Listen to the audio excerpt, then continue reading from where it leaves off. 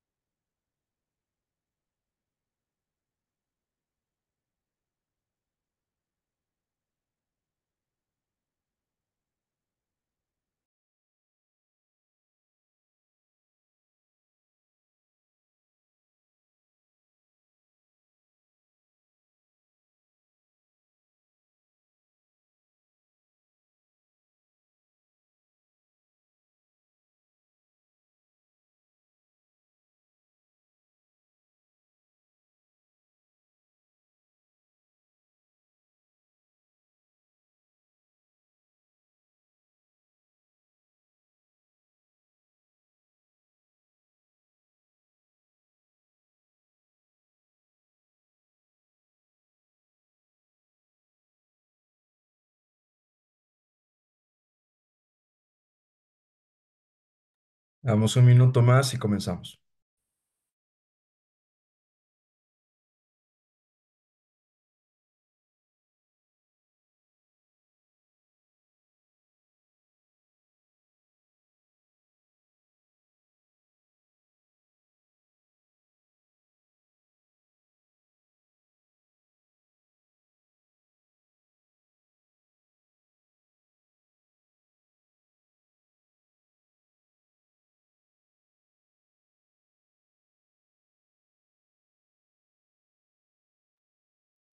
Muy bien, muy buenos días a todos.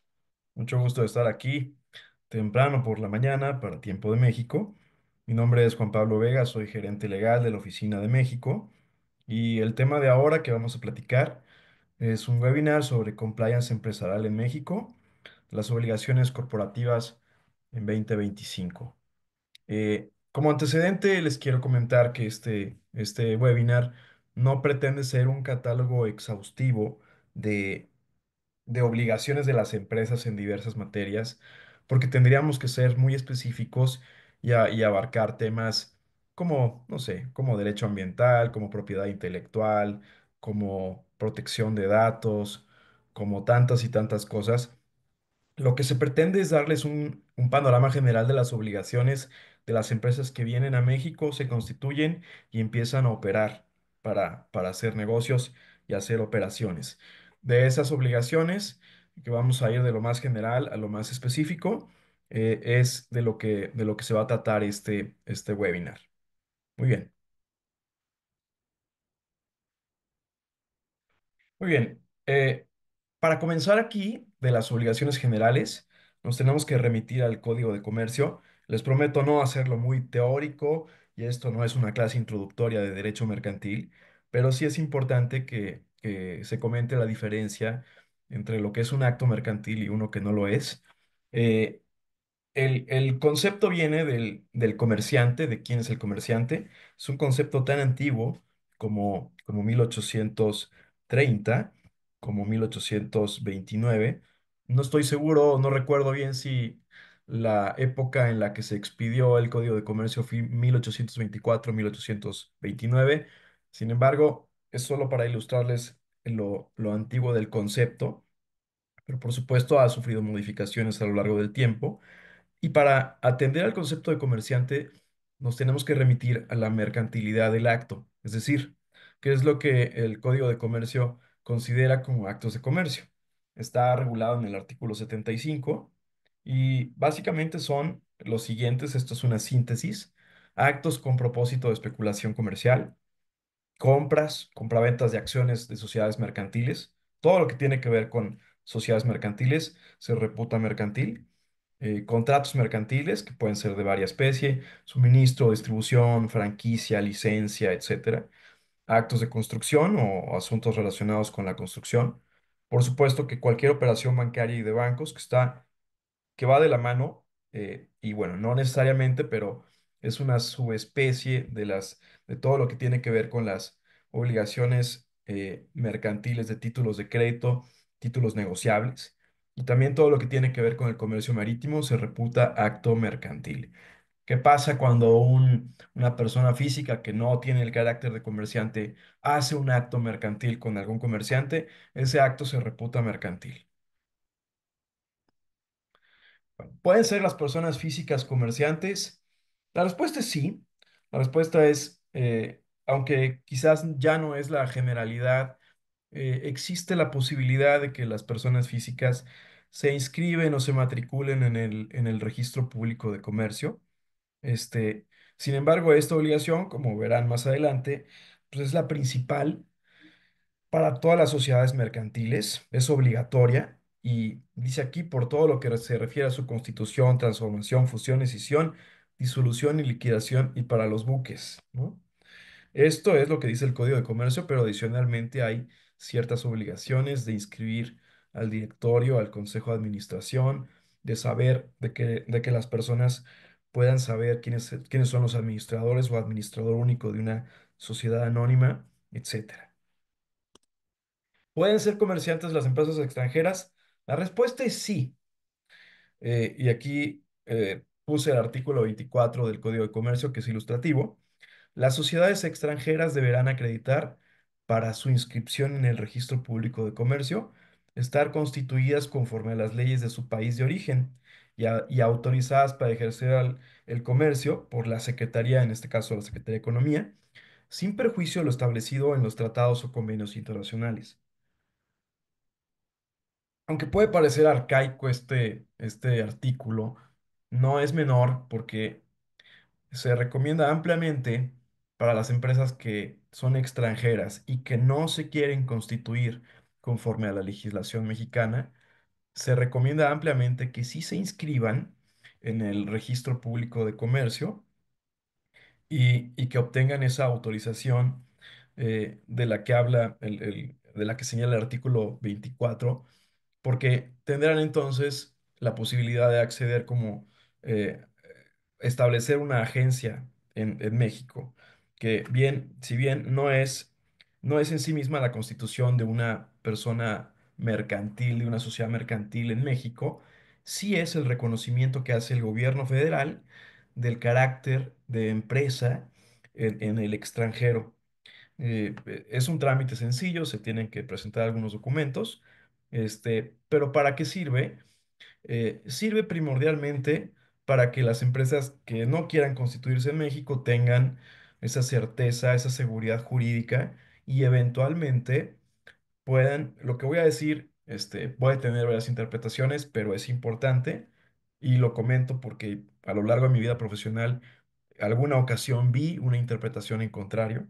Pero lo que voy a decir es que es importante que sí se registren ante la Secretaría, porque en el eventual caso de un litigio, si efectivamente están registradas aquí en México, estas empresas pueden acceder sin problema alguno a la justicia mexicana y demandar aquí en México, eh, y no porque no lo pudieran hacer si no estuvieran registradas, sino porque en alguna ocasión, y no fue una sola vez, me tocó ver alguna opinión de algún juez de distrito de lo mercantil que le negaba la posibilidad de demandar a una empresa extranjera por no haber cumplido este requisito de registrarse como tal conforme al artículo 24. Por supuesto, esto es una opinión aislada de algún juez o de algún par de jueces que participaban en algún litigio, pero lo que se pretende es que las empresas extranjeras cuando vengan a México puedan cubrirse de manera más segura y estén preparadas y estén mejor preparadas para el caso de un eventual litigio. Por eso lo comentamos. Muy bien. Aquí brevemente les voy a comentar, porque esto es lo más común de las formas en las que se hacen, se constituyen empresas aquí en México. Y bueno, las dos sociedades, la sociedad por excelencia es la sociedad anónima, también sociedad anónima de capital variable. El capital variable aplica para todas las sociedades mercantiles reguladas por la Ley General de Sociedades Mercantiles. Y también está la sociedad de responsabilidad limitada. De manera tangencial se mencionan la Sociedad Anónima Promotora de Inversión, la SAPI, que esta también puede ser formada como SASB, no necesariamente con un propósito de ir a bolsa, hacer alguna colocación o emisión de acciones.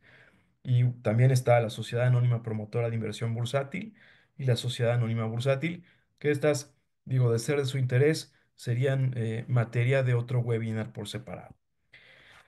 El mercantilismo, como ya se comentó, y del hecho del acto de comercio, tiene una razón, y esto es para que las empresas realicen una finalidad preponderantemente económica, que esta es la racionalidad y el concepto que maneja el Código de Comercio. Bueno, rápidamente, las características de la SASB tienen que tener como mínimo dos socios, máximo dos. No se exige un mínimo de capital social. Anteriormente, hasta 2015, se exigían 50,000 pesos. Después eso se reformó. Ahora hay libertad de hacerlo. Se encuentra representado por acciones. Aquí es importante comentarles que las acciones sí son títulos de crédito y, y ahora vamos a ver en la sociedad de responsabilidad limitada que en la SDRL las acciones no son títulos de crédito y eso es una diferencia importante. La responsabilidad. La responsabilidad en la sociedad anónima está limitada al monto de sus acciones. eh, por eso es que en alguna ocasión, hace muy poco, que me preguntaba una persona de cuál era la mejor forma de constituir una empresa, sigue siendo la sociedad anónima por esta razón, porque su responsabilidad se limita al monto de las acciones, que obviamente esta es la regla general. Casos específicos, algún tema de actos de administración o de negligencia en la conducción de los negocios por administradores, pero eso es un caso aparte. En principio, los accionistas no responden en lo personal. En la SDRL es algo, si bien no es exacto como es en la SA, en la SR la responsabilidad es de que los socios responden hasta por un monto igual a las aportaciones realizadas. Ahora, el capital social está representado por acciones que confieren a sus tenedores derechos corporativos y económicos. Esto es importante para que lo tengan en cuenta. Son dos derechos, los derechos de voto y los derechos a percibir dividendos o utilidades. Las acciones de una SA son de libre circulación y se pueden limitar, pueden hacerse pactos a la transmisión de acciones. Anteriormente esto no se podía, pero con la reforma de 2015, los accionistas de una SA, sin que tenga la denominación de SAPI, pueden ahora pactar limitaciones en la transmisión, obligaciones de venta forzosa, derechos de arrastre, etcétera.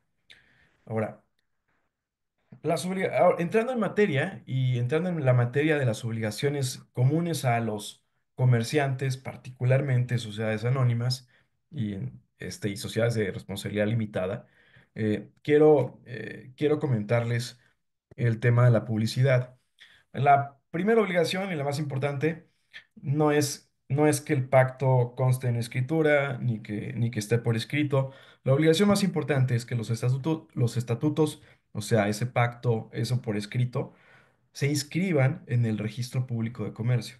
Porque el registro público de comercio, y me parece que lo tenemos de manera similar con diferentes denominaciones en diferentes países de Latinoamérica, tiene por objeto concentrar los registros de las empresas mercantiles y crear bueno, dar la publicidad a los actos mercantiles y así dar seguridad jurídica de lo que es oponible frente a terceros. Es importante mencionar que pues, cualquier sociedad no inscrita en el registro público de comercio es una sociedad irregular y puede en sí mismo conllevar responsabilidades civiles, penales o administrativas. Bueno, otra obligación común de los comerciantes, y vamos a entrar en eso más detalle, es mantener un sistema de contabilidad adecuado, lo que quiere decir que la contabilidad se puede llevar en un formato impreso o en medios electrónicos en el que se asienten y se reflejen las operaciones de la sociedad.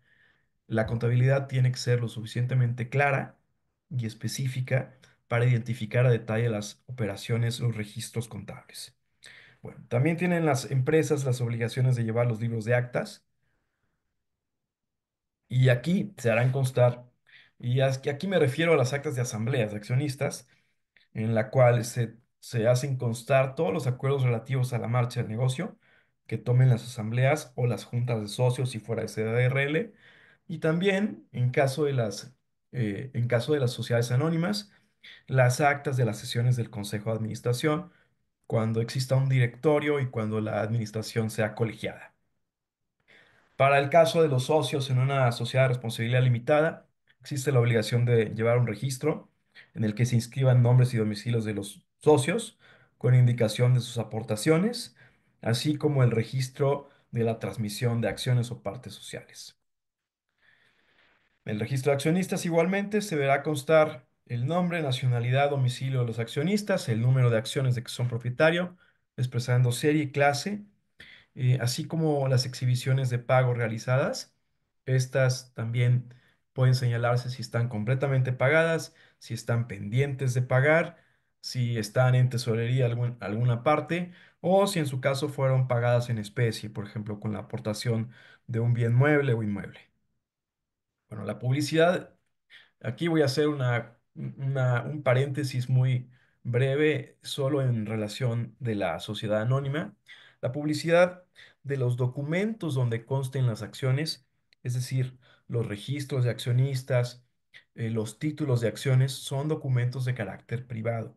Es decir, no existe obligación, digo, con algunas excepciones o algunas particularidades que ahora vamos a comentar, no existe obligación de dar publicidad a ese acto, es decir, como son anónimas, su nombre lo dice, no existe obligación de informarle al público en general quiénes son los accionistas de una sociedad anónima.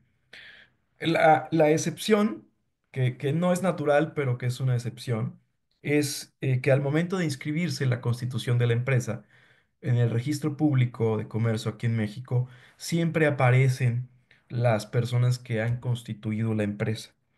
No existe obligación de inscribir las transmisiones posteriores, las sesiones, las compraventas, las donaciones de acciones. Así que cuando se hace una investigación en registro público, únicamente se va a encontrar a las personas que constituyeron la empresa, no así quiénes son los accionistas actuales o posteriores. Ahora, la publicidad es frente a terceros. Realmente la publicidad frente a terceros respecto de los accionistas de una sociedad anónima no existe, a menos de que la persona en cuestión tenga un interés jurídico para convertirse en accionista o esté en alguna transacción de compra, fusión, escisión. Y bueno, la particularidad frente al fisco es que existe una obligación, y lo vamos a ver más adelante, de dar un aviso, es un aviso nada más, al SAT, al Servicio de Administración Tributaria, para señalar los tenedores o propietarios de acciones de una sociedad anónima. Esto tiene que ver con el tema de beneficiario controlador, pero esto será materia de un webinar aparte, que primero Dios haremos en mayo. Muy bien. Otra obligación para las sociedades anónimas tiene que ver con la reserva legal, que luego nos preguntan qué es eso.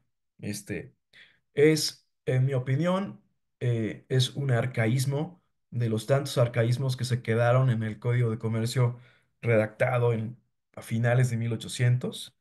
Y se los comento porque para una sociedad que no está regulada y que no se exige, por ejemplo, tener un capital mínimo fijo, como si fuera un banco o una institución financiera, esta obligación de tener la reserva legal, pues no hace mucho sentido. O sea, para el resto de las pymes en México, esta obligación no hace mucho sentido. Y como es un arcaísmo, pues tampoco es que los legisladores mexicanos han puesto una sanción. Esto es simplemente, existe la obligación en el Código de Comercio, pero no existe una sanción. O sea, el SAT y las autoridades no pueden exigir el cumplimiento. En el peor de los casos, algún accionista que tenga algún criterio pues más purista podría exigir de la administración o del resto de los accionistas que se cumpla con esta reserva legal, pero como les digo, tiene poca aplicación práctica actualmente. Otro arcaísmo, eh, de alguna manera, es la exigencia de contar con un comisario. Es curioso porque esta exigencia se pide incluso al momento de la constitución de la empresa. Y se exige para cuando existe algún cambio que tiene que hacerse constar. El comisario no es anónimo, el comisario es público, incluso se inscribe en el registro público de comercio y sirve para para designar a la persona que en términos coloquiales revisa la cuenta, es decir, revisa la información financiera que elabora la administración. El comisario tiene sentido cuando existen más de un grupo de control de accionistas, cuando los grupos son grandes. Para empresas públicas existe la obligación, bueno, existe la posibilidad de que ciertos grupos de control designen a su propio comisario.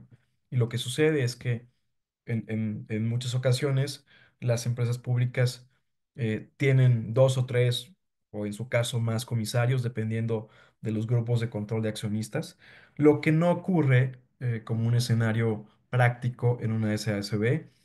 Para las pymes, un poco al igual que el tema anterior de la reserva legal, pasa a ser pues algo que tiene poca aplicación práctica. Pero bueno. Otra obligación para las sociedades anónimas, en este caso de capital variable, llevar un libro de variaciones de capital en el que se asienten los aumentos o disminuciones de capital.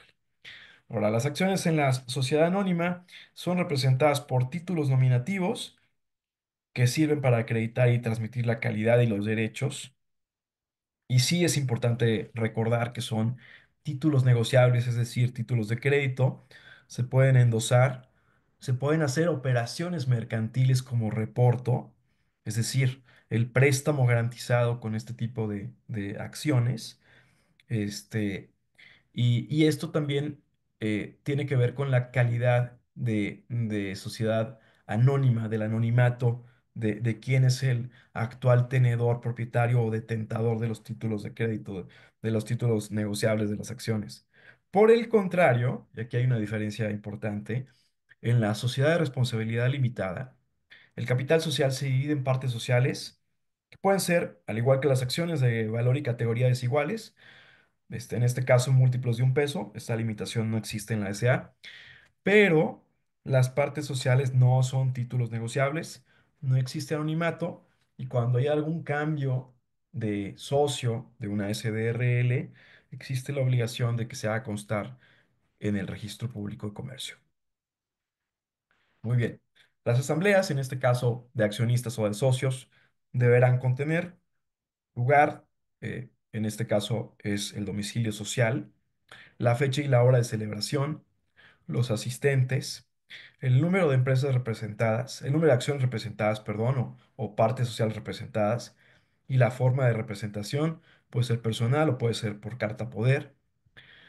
Y es importante el tema del quórum, porque cuando existen varios grupos de acciones o de partes sociales y no todos pueden acudir a la asamblea, se deberá llevar a cabo una convocatoria. Actualmente ya existe, a partir de 2015, eh, quizás 14, pero normalmente es hace 10 años. La Secretaría de Economía instituyó el registro electrónico en el cual se pueden hacer las publicaciones de las convocatorias con efectos legales, con los mismos efectos como si hiciera en antaño una publicación en un diario o en el periódico oficial de un estado o en el diario oficial de la Federación. Ahora ese tema se simplificó y el registro electrónico, el sistema electrónico de la Secretaría de Economía es gratuito, solamente hay que registrarse y ahí se da lugar a las convocatorias. Cuando están representados, por el contrario, la totalidad de los socios, la, la convocatoria se vuelve innecesaria y se celebra una asamblea totalitaria. En las asambleas también deberá constar los votos de los grupos de accionistas y, y en este caso son los votos representados y los votos que se tomen para determinados asuntos. Los votos emitidos, cuando hay diferencia, y en este caso es a favor, en contra y ausentes, y por supuesto las firmas de los asistentes. Eh, Cuando no existe claridad en la asamblea, cuando existe una convocatoria, se modifica el contenido de la convocatoria o se varían los acuerdos, o no existe claridad en alguno de estos requisitos que son esenciales para formalizar un acta de asamblea, lo que puede ocurrir es que alguno de los accionistas presentes o incluso ausentes demande la nulidad de la asamblea. Sí existe cierto contenido de jurisprudencia en relación con las nulidades de las asambleas, y básicamente es por la falta de observancia de los elementos formales, por la falta de claridad, por la variación del contenido de las convocatorias. Yo les dejo esta referencia como un criterio ilustrativo que pueden tomar en cuenta del por qué se tienen que hacer con cierto cuidado y cumplir con estos elementos las asambleas. Otras obligaciones de comercio comunes es establecer el idioma de los libros y registros en español. Y esto es aún y cuando el comerciante o la empresa sea extranjera, la obligación es que sea en español, en Spanish, please. Y bueno, esto es así. El plazo de conservación de los libros y registros es de 10 años y la diferencia sutil entre la conservación de la contabilidad es de 5 años. En el primer caso, los libros y registros tienen que ver con aquellas obligaciones contraídas por la empresa que no sean muy estrictamente de carácter fiscal, es decir, todas las demás.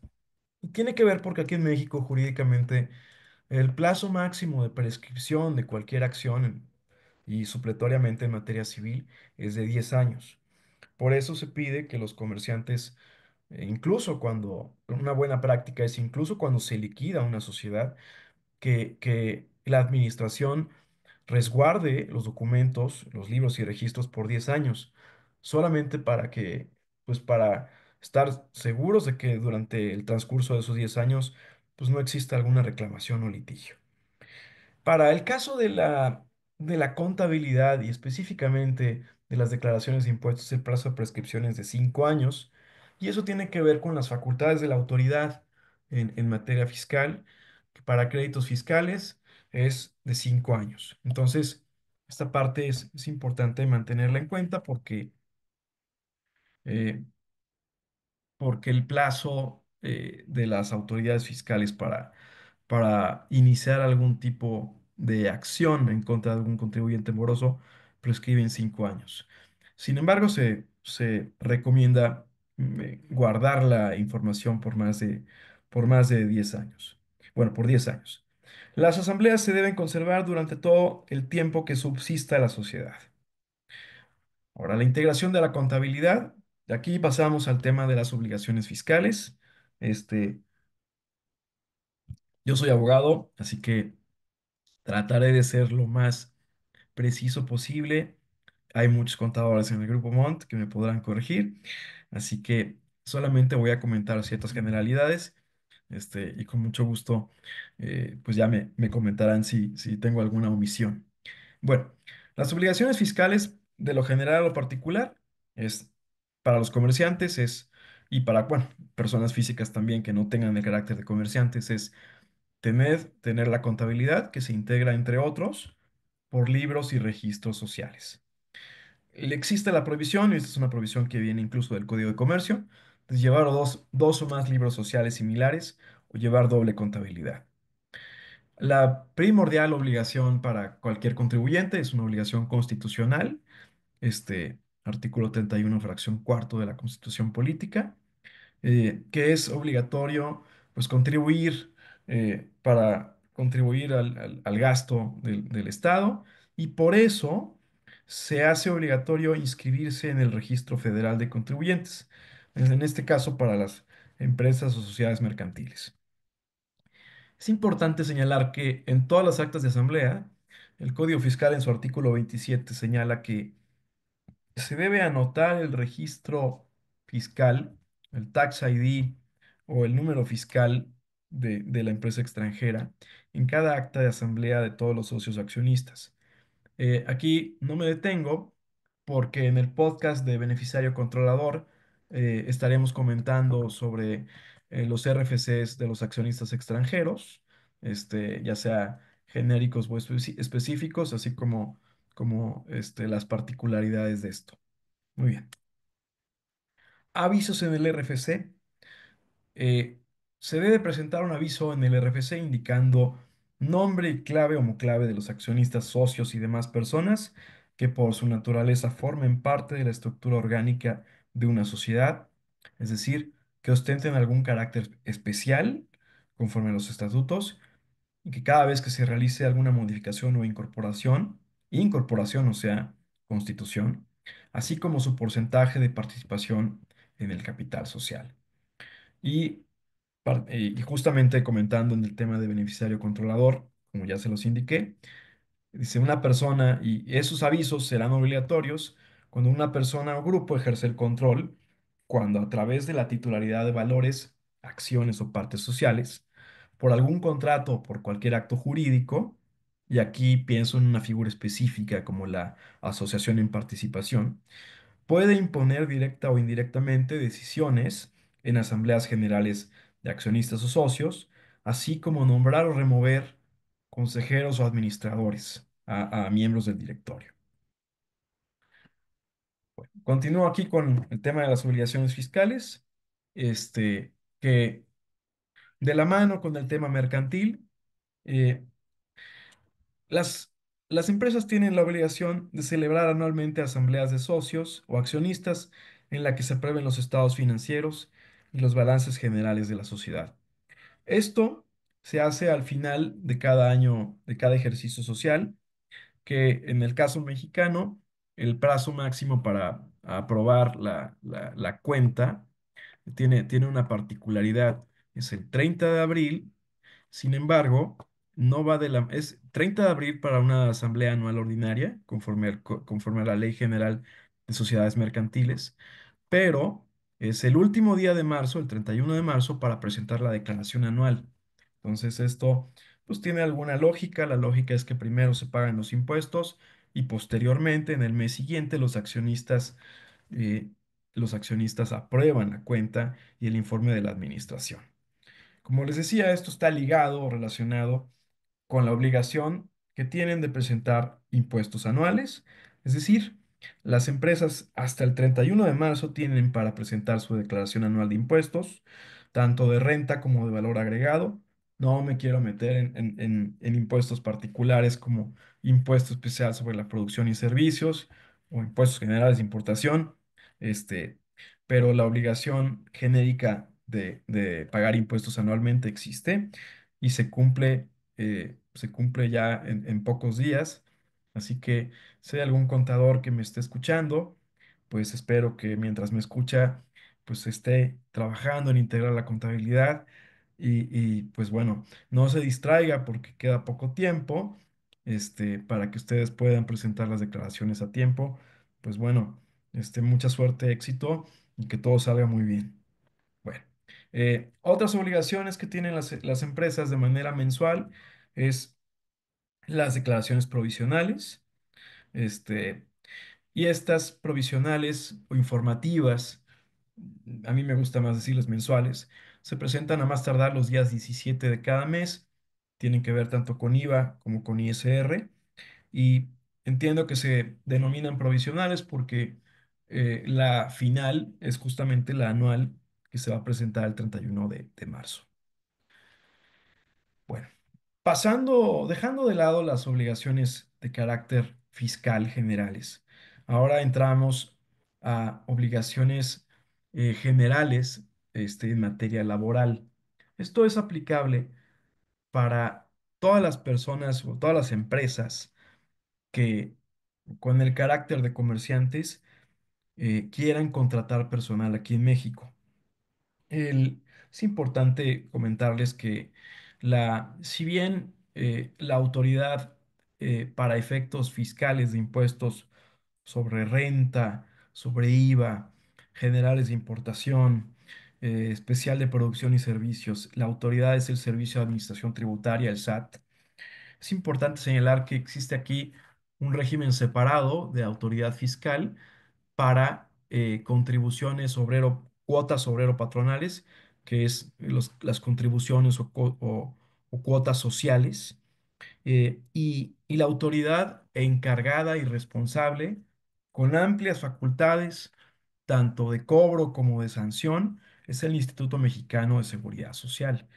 El Instituto Mexicano de Seguridad Social aquí en México es, es tanto una autoridad recaudadora como, por un lado, recaudadora de las contribuciones, pero por otro lado es la autoridad que tiene una red de hospitales, me parece que es la red de hospitales más grande federal en México, este, y pues, brinda la seguridad social y la atención médica a un importante sector de la población que tiene que ver con la población económicamente activa que trabaja, que cotiza en el IMSS. La lógica de que el Instituto Mexicano del Seguro Social sea estricto en el cobro de las contribuciones de las cuotas obrero-patronales, es porque el IMSS requiere ese dinero para poder sostener todo el aparato de salud pública que maneja todos los hospitales, algunos de especialidad, y son hospitales pues muy importantes y que brindan atención a un sector importante del país. Bueno, si una empresa, o incluso una persona física quiere contratar empleados en México, lo que tiene que hacer es inscribirse al IMSS y obtener su registro patronal. Ahora, es importante en cuanto a las cuotas obrero patronales, es importante comentarles que si bien todos pagamos las cuotas obrero patronales, los trabajadores por un lado, los patrones por otro, o sea, es bipartita, y el Estado es quien brinda, el Estado a través del IMSS es quien brinda la seguridad social. Existe una obligación importante y que legalmente no es menor, porque la obligación de pago bipartita del patrón también consiste en retener ese impuesto y en retener el impuesto que sería a cargo del trabajador y pagarlo al IMSS. Esto no es menor porque en materia fiscal y de manera muy general, los impuestos retenidos, o sea, los impuestos que una persona le retiene a otra, pero que no los paga al fisco, se reputa fraude, es un fraude al fisco. Entonces, por eso les digo que este tema no es menor, en especial de las obligaciones de los trabajadores. Ahora, otra obligación común es el pago de la participación de los trabajadores a las utilidades de la empresa, el famosísimo PTU. Eh, el PTU es, bueno, es contingente y tiene que ver con la existencia o no de ganancias por parte de la empresa. Es decir, si la empresa trae pérdidas al final del ejercicio fiscal, pues la empresa no está obligada a pagar la PTU porque existen pérdidas. O sea, el primer presupuesto para tener el pago de la PTU es que existan ganancias. Entonces, una vez que existen ganancias, primer condicionante, se debe de retirar o se debe representar el 10% de la utilidad neta de la empresa y y esa cantidad se deberá repartir, perdón, entre todos los trabajadores de la empresa. Esa es la obligación. Y la obligación de pago existe de 60 días posteriores al 31 de marzo de cada año. Es decir, las empresas que tienen utilidad en el ejercicio en México deben pagar la PTU a sus trabajadores a más tardar el 30 de mayo de cada año. Pero, insisto, como les comento, la obligación solamente existe cuando hay ganancias. Cuando hay pérdidas, pues no puede existir el pago de PTU. Eh, Otro tipo de normativa laboral es las prestaciones que señala la Ley Federal del Trabajo, como el pago de aguinaldo, el pago de la prima vacacional, en su caso horas extras, y habrá otras obligaciones específicas que también tienen que ver con los trabajadores, es pagar las cuotas al Infonavit, que es el Instituto del Fondo Nacional de la Vivienda de los Trabajadores aquí en México. Y particularmente, y como un caso ya que sale del objetivo de este webinar, es inscribirse al REPSE, eh, que es un registro de prestadores de servicios para aquellas empresas que se dediquen a la contratación outsourcing, a la contratación por parte de terceros, el outsourcing. Muy bien. Bueno, otras obligaciones son las obligaciones que para el caso de que las empresas, sociedades anónimas o sociedades de responsabilidad limitada tengan inversión extranjera, existe la obligación de estas sociedades mercantiles, de que cuando los socios sean de nacionalidad distinta a la mexicana, deberán inscribirse en el Registro Nacional de Inversiones Extranjeras. El Registro Nacional de Inversiones Extranjeras lo lleva la Secretaría de Economía y es un registro más bien de carácter estadístico. No existe como tal una obligación o un pacto, eh, como en otros países sí existe, de permanencia de la inversión extranjera en México. Bueno, y aquí me detengo nada más para comentarles que en México nunca existió y nunca se pensó como en la década de los noventas y los 2000 en algunos países de Latinoamérica, que existía o existe algún pacto eh, en el que el inversionista extranjero conviene con el gobierno en darle una permanencia, una vigencia a la inversión. Es decir, el, el inversionista extranjero se obliga ante el gobierno, no sé, de Costa Rica o de alguna otra nación, a quedarse en el país por lo menos 5 o 10 años. Esos pactos en México no existen y como les comento, el Registro Nacional de Inversiones Extranjeras es de carácter estadístico e informativo. Existen la obligación de inscribirse cuando se constituye la empresa, la obligación de dar un informe anual. Y básicamente tiene que ver con la información de capital social y capital contable, sin entrar a detalle de balances ni nada, sino puras cifras. Y cuando existen algunas modificaciones al capital social, de la empresa. Bueno, finalmente, para concluir, eh, es importante, me detengo aquí unos minutos porque esto es novedoso, me parece que es desconocido o tiene un buen componente que es desconocido, pero tiene que ver con la prevención al lavado de dinero y tiene que ver con la ley antilavado, la ley denominada Ley Federal para la Prevención e Identificación de Operaciones con Recursos de Procedencia Ilícita. Eh, las obligaciones que voy a comentar aquí no son específicas, serán específicas para aquellas personas que habitualmente o de manera profesional realicen cualquiera de las operaciones que están señaladas en esta ley.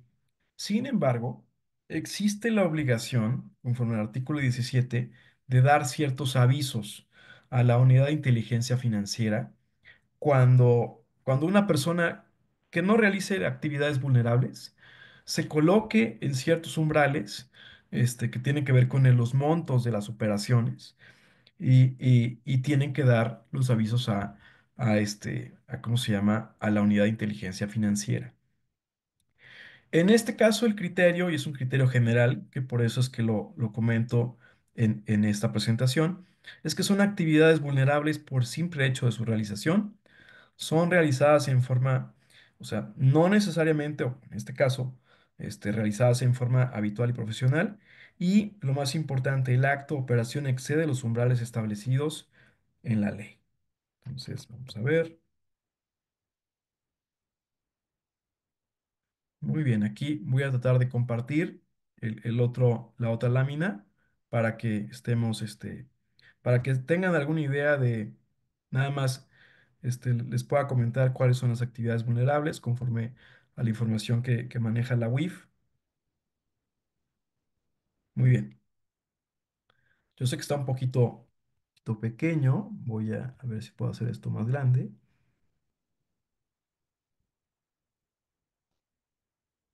Ahí está. Bueno, lo que se aprecia en la página de la UIF. Insisto, el criterio, si bien como manera habitual y profesional, existen ocasiones en que nos podemos colocar en operaciones que exceden estos umbrales y que aun y cuando nosotros no estemos habitualmente ni profesionalmente llevando a cabo estas actividades. Las actividades son juegos con apuesta y el umbral de aviso es esto. Eh, no, vamos, no hice la conversión a dólares, pero lo que tienen que hacer para tener una estimación de la conversión en dólares es dividir los montos de los umbrales, entre 20 pesos, que está más o menos el dólar, el tipo de cambio de peso mexicano respecto al dólar estadounidense. Las actividades son estas: juegos con apuesta, tarjetas de crédito o servicios, tarjetas prepagadas, vales, cupones, monederos electrónicos o certificados, cheques de viajeros, préstamos o créditos sin garantía, servicios de construcción, intermediación o corretaje de bienes inmuebles, piedras preciosas, joyas y relojes, subastas y comercialización de obras de arte, venta de todo tipo de vehículos terrestres, marítimos, aéreos, servicios de blindaje, traslado y custodia de dinero o valores, derechos personales de uso y goce, o sea, arrendamientos, recepción de donativos por parte de organizaciones sin fines de lucro, operación con activos virtuales. Ahora, esto es importante también: de prestaciones de servicios profesionales sin relación laboral, de corretaje de inmuebles, administración y manejo de recursos y valores o cualquier otro activo de clientes. En este caso, siempre se tiene que hacer. Manejo de cuentas bancarias, en este caso siempre, no es esporádico. Organización de aportaciones de capital o de cualquier otro tipo de recursos para la constitución, operación y administración de sociedades mercantiles, siempre. Constitución, decisión, fusión y operación de personas morales, aquí se tiene que hacer siempre. Y existe la obligación de reportar. En el tema de fe pública me lo salto un poco porque es para notarios y corredores mexicanos, este, servicios de comercio exterior, que tiene que ver con las mismas maquinarias y señaladas en las actividades vulnerables: vehículos terrestres, aéreos, marítimos, máquinas de juego y apuesta, tarjetas de pago, joyas, relojes, obras de arte y materiales de resistencia balística. Muy bien. Eh, Muy bien. Bueno, eh, aquí,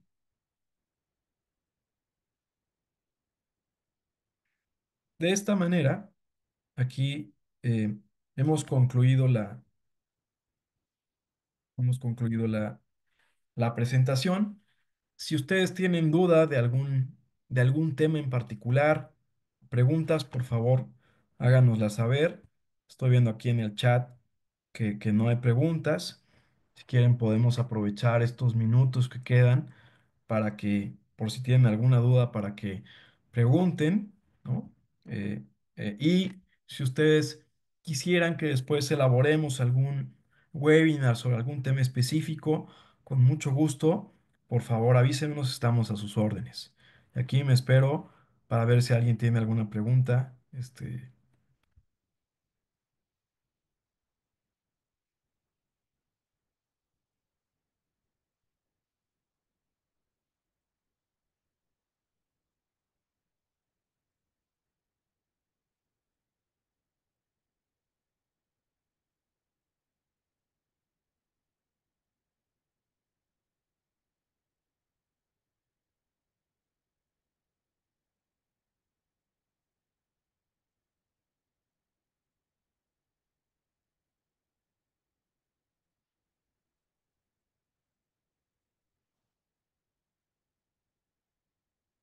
Muy bien. Bueno, pues no hubo preguntas. Si tienen alguna duda, por favor, escríbanos. Ahí está el correo electrónico. Estamos a sus órdenes. Espero que este webinar les haya gustado. Para los contadores que me escuchan, mucha suerte. Y que estén muy bien. Mucho gusto y nos vemos en el próximo webinar. Hasta luego.